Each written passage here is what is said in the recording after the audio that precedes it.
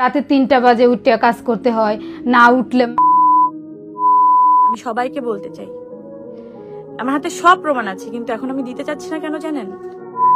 মানে এগুলা যে বলতো, মানে এত বিশ্রী ভাষায় গালিগালাজ করতো। ওই মানুষটার হিসেবে প্রাধান্য দিবেন, তাকে একটু হিসাব করে বলেন। ভিতরের দিকটা হচ্ছে ও মানে রাস্তার টুকাই আছে না, টুকাইয়ের সাথেও কথা বলার যোগ্য না। চিত্রনায়িকা পরিমণির বাসায় কি চলে পরিমণির সাথে, সেই সব নিয়েই এবার যেন গোপন তথ্য প্রকাশ করে কি বলছে পরিমণির গৃহকর্মী পিঙ্কি আক্তার।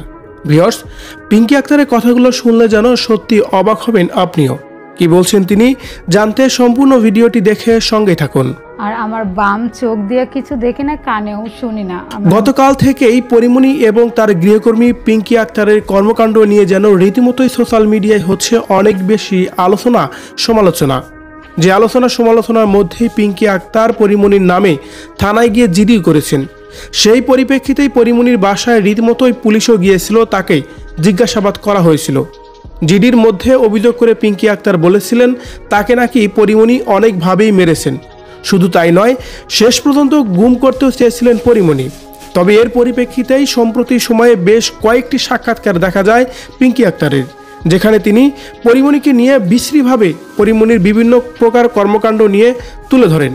পিঙ্কি আক্তার বলেন, পরি তো অনেক বাজে মানুষ, বাসার মধ্যে অনেক মজ মাস্তি করে বেড়ায় সবসময়, তার বাসায় পরপুরুষের আনাগোনা সবসময় থাকে, তাদের সাথে তার সম্পর্ক দেখেও যেন আমি নিজেই মাঝে মধ্যে অবাক হয়ে যাই।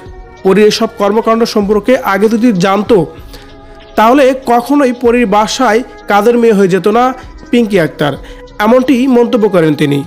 এ সময় পরিমণিকে নিয়ে পিঙ্কি আক্তার আরও বলেন, পরিমণির মুখের ভাষা অনেক নোংরা। এছাড়াও পরিমণির সবসময় মাতাল অবস্থায় বাসার মধ্যেই থাকে, বিভিন্ন বাজে কাজে লিপ্ত হয় পরিমণি, যেগুলো দেখেও যেন না দেখার ভান করে থাকতে হয়েছে আমাকে। আগে এগুলো কখনোই জানতে পারিনি আমি মূলত আমার এজেন্টের মাধ্যমে পরিমণির বাসায় কাজ পেয়েছি।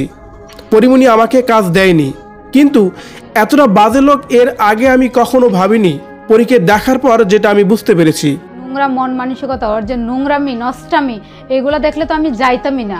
এভাবে যেন পরিমণির নামে বিভিন্ন প্রকার কথাবার্তা বলে সাংবাদিকদের সাক্ষাৎকার দিয়েছেন পিঙ্কি আক্তার, যে ভিডিওগুলো এখন রীতিমতোই সোশ্যাল মিডিয়ায় হচ্ছে ভাইরাল। বলে রাখা ভালো, চিত্রনায়িকা পরিমণির মেয়ে প্রিয়মকে দেখাশোনা করানোর জন্যই এই গৃহকর্মীকে নিয়োগ দিয়েছিল পরিমণি। মাত্র 1 মাসের মধ্যেই এতটাই সমস্যায় পড়ে যায় এই পিঙ্কি আক্তার, তাই তো বাধ্য হয়ে শেষ পর্যন্ত পরিমণির নামে এভাবেই অভিযোগ তুলে কথা বলছিলেন। ভিউয়ার্স, পরিমণির বিরুদ্ধে যে অভিযোগগুলো করেছে এই গৃহকর্মী, সেই বিষয়গুলোকে আপনি কিভাবে দেখছেন? তিনি যে কথাগুলো বলছেন তারও কথার কতটা সত্যতা আছে বলে এ নিয়েও প্রশ্ন দেখা দিয়েছে এখন সোশ্যাল মিডিয়ায়। তার কারণ পরিমণির বাসায় এর আগেও অনেকে কাজের লোক হয়ে কাজ করছে বা এখনও করছে। আজ পর্যন্ত পরিমণির নামে কোনো প্রকার বদনাম শোনা যায়নি সোশ্যাল মিডিয়ায় তার কাজের লোকের মাধ্যমে। অথচ মাত্র 1 মাস হলো তার বাসায় কাজে নিয়োগ হয়েছে এই পিঙ্কি আক্তার।